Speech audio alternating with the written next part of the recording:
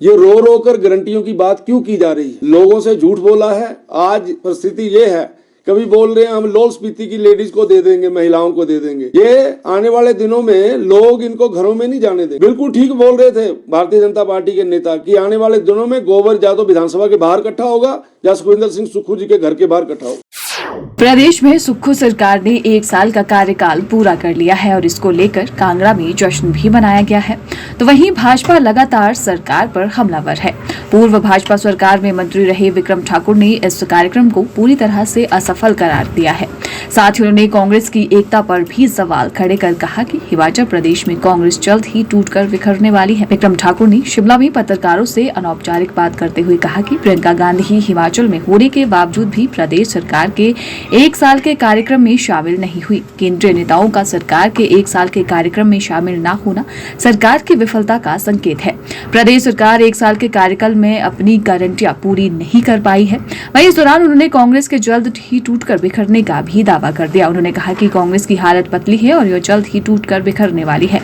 विक्रम ठाकुर ने कहा कि आने वाले लोकसभा चुनावों में प्रधानमंत्री नरेंद्र मोदी की आंधी चलेगी और सभी 4 सीटें हिमाचल में बीजेपी जीत कर आएगी। कांग्रेस की सरकार का 1 वर्ष पूरा होने पर कांग्रेस सरकार ने, आदरणीय श्री सुक्खू जी ने 1 साल के जश्न मनाने की बात धर्मशाला में की है। मैं तो ये समझ नहीं पा रहा हूं कि जश्न किस बात का है। पूरे 1 वर्ष के अंदर अगर पूरे 1 साल की कारगुजारी आप लोग देखें तो आप देखेंगे कि पूरा 1 साल मातम में गुजरा है। इसमें खुशी वाला विषय कोई नहीं है। और हिमाचल प्रदेश की दुनिया तो लोग तो दुखी है ही हैं, लेकिन कांग्रेस के अंदर भी कांग्रेस की हाईकमान सुखविंदर सिंह सुक्खू के काम करने के तरीके से दुखी है।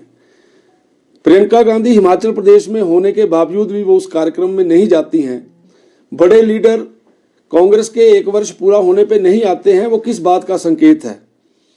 क्योंकि वो लोग जानते हैं कि झूठ बोलकर जो सरकार सत्ता में आई है, प्रियंका गांधी जानती है कि जिस समय वो रैली में जाएगी तो वहां की महिलाएं ये पूछेंगी कि 1500 रुपये का क्या बना। किसान ये पूछेगा कि उसके गोबर का क्या बना, उसके दूध का क्या बना। नौजवानों की लंबी फौज खड़ी होकर ये पूछेगी कि जो आपने नौकरियां देने की बात कही थी उसके बारे में क्या हुआ। इसलिए ये बड़ा विचित्र एक मूवमेंट देखने को मिला है कि जिस प्रकार से कोई बच्चा क्लास में फेल हो जाता है, फिर उसके बावजूद भी वो डांस करता है कि मैं फेल हूं लेकिन वो पास होने का ढोंग रचता है। उसी प्रकार से सुखविंदर सिंह जी ने भी वहां पर ये काम करने की कोशिश की है। और उसके साथ साथ मैं ये भी बोलना चाहता हूं कि अगर जो उस रैली में गए हैं उन्होंने देखा होगा अधिकांश कुर्सियां खाली रही। स्कूल के बच्चों को ग्राउंड में लेकर ले जाया गया। मेरे विधानसभा क्षेत्र के अंदर जितनी भी बसें थी, किसी भी बस के अंदर 10 से ज़्यादा लोग नहीं बैठे थे। और अंत में तो स्थिति ये हो गई कि बीडीओ ऑफिस का पूरा स्टाफ उन गाड़ियों में डालकर उनको वहां पे ले जाया गया। इसलिए ये जो कार्यक्रम हुआ है ये पूर्ण रूप से फेल हुआ है। उसका फेल होने का कारण कोई और नहीं है। उसका फेल होने का कारण कांग्रेस द्वारा झूठ बोलना, कांग्रेस के द्वारा झूठी गारंटियों की बात करनी।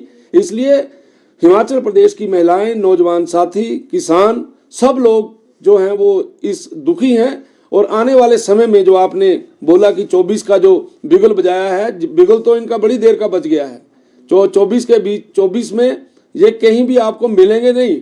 और 24 में जिस प्रकार से इन दिनों में मोदी जी की आंधी चल रही है, आने वाले दिनों में मोदी जी ही इस देश के प्रधानमंत्री होंगे और देश उन्हीं के नेतृत्व में आगे बढ़ेगा। ये रो रो कर गारंटियों की बात क्यों की जा रही है? लोगों से झूठ बोला है। आज परिस्थिति ये है, कभी बोल रहे हैं हम लाहौल स्पीति की लेडीज को दे देंगे, महिलाओं को दे देंगे। ये आने वाले दिनों में लोग इनको घरों में नहीं जाने देंगे। बिल्कुल ठीक बोल रहे थे भारतीय जनता पार्टी के नेता कि आने वाले दिनों में गोबर या तो विधानसभा के बाहर इकट्ठा होगा या सुखविंदर सिंह सुक्खू जी के घर के बाहर इकट्ठा होगा।